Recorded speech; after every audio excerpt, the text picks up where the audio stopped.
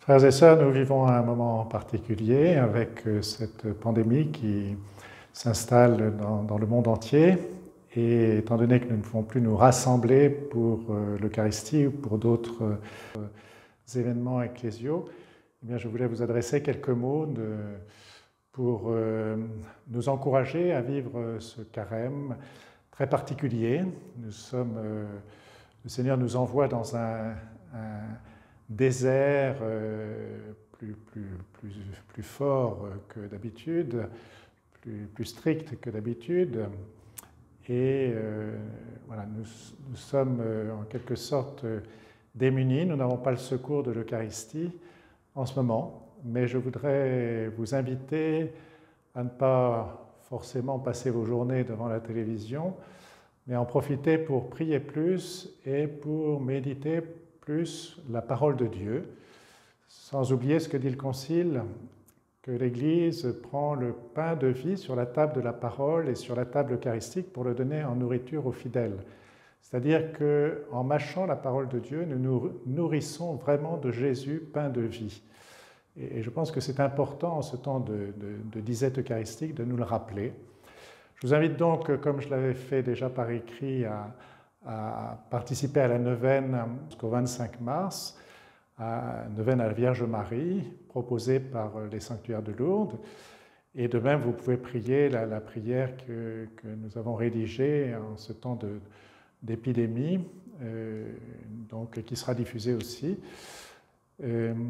Voilà, donc je vous encourage fortement à la prière. Je voudrais encourager particulièrement les prêtres. Nous sommes tous décontenancés et un peu perdus sur ce que nous pouvons faire, ne pouvons pas faire. Aujourd'hui, donc, toute célébration est impossible, sauf les funérailles.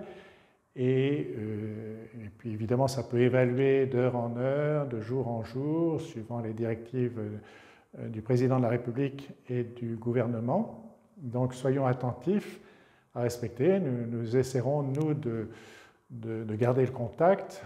Et merci aux prêtres, en même temps, d'accepter de rester des bons pasteurs au service des communautés chrétiennes, tout en prenant toutes les règles de prudence pour éviter de se laisser contaminer et de contaminer les autres, bien sûr. Pour ce qui est donc des funérailles, pour l'instant, nous pouvons les célébrer. Nous verrons ce qui se passera dans la suite, mais nous ne pouvons pas abandonner les familles avec leurs défunts et nous faisons tout pour essayer de les accompagner. L'extension extrêmement rapide de l'épidémie suscite en nous de grandes inquiétudes et des peurs. Alors, les peurs sont légitimes, mais je voudrais vous encourager à aller plus loin que vos peurs, à ne pas vous laisser aller à la panique et justement prendre du recul aussi par rapport aux médias, par rapport aux nouvelles, aux rumeurs qui peuvent circuler, mais de vous appuyer que sur les annonces officielles et puis sur ce que nous-mêmes, à notre niveau, nous pouvons vous transmettre. Et puis surtout de penser, en tant que chrétiens, nous ne pouvons pas nous replier chacun pour soi, chacun chez soi, mais nous devons en tout cas penser aux autres, en particulier les personnes âgées, les malades, et donc essayer de communiquer par téléphone, par Internet quand c'est possible, etc., par d'autres moyens, pour maintenir cette charité fraternelle active. Je voudrais en profiter aussi pour remercier particulièrement tous les chrétiens qui sont engagés dans le monde de la santé et qui se donnent beaucoup, mais aussi les aumôneries d'hôpitaux, dans la mesure où on leur permet d'accomplir leur mission, mais je pense qu'elle est importante par les temps qui courent. Et donc, je voudrais que nous puissions accueillir cette épreuve et demander au Seigneur d'en tirer les leçons pour nous et de voir comment c'est aussi pour nous une occasion de conversion, humblement, en nous mettant dans la prière et au service de nos frères et sœurs, particulièrement donc les plus fragiles. Je pense aussi aux personnes sans abri, et nous ne pouvons pas les abandonner dans la rue, nous devons essayer de trouver des solutions à notre niveau, même si nous sommes pauvres et démunis.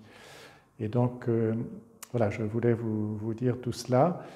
et donc vous encourager dans l'espérance.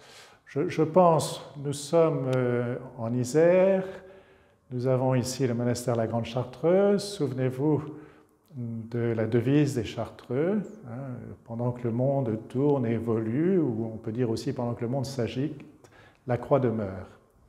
Et donc nous avons à méditer. Nous sommes dans un monde blessé, nous ne sommes pas dans un monde accompli, nous allons vers un monde accompli, nous devons nous rappeler que la croix est notre espérance. Nous devons nous rappeler le kérygme que nous avons annoncé.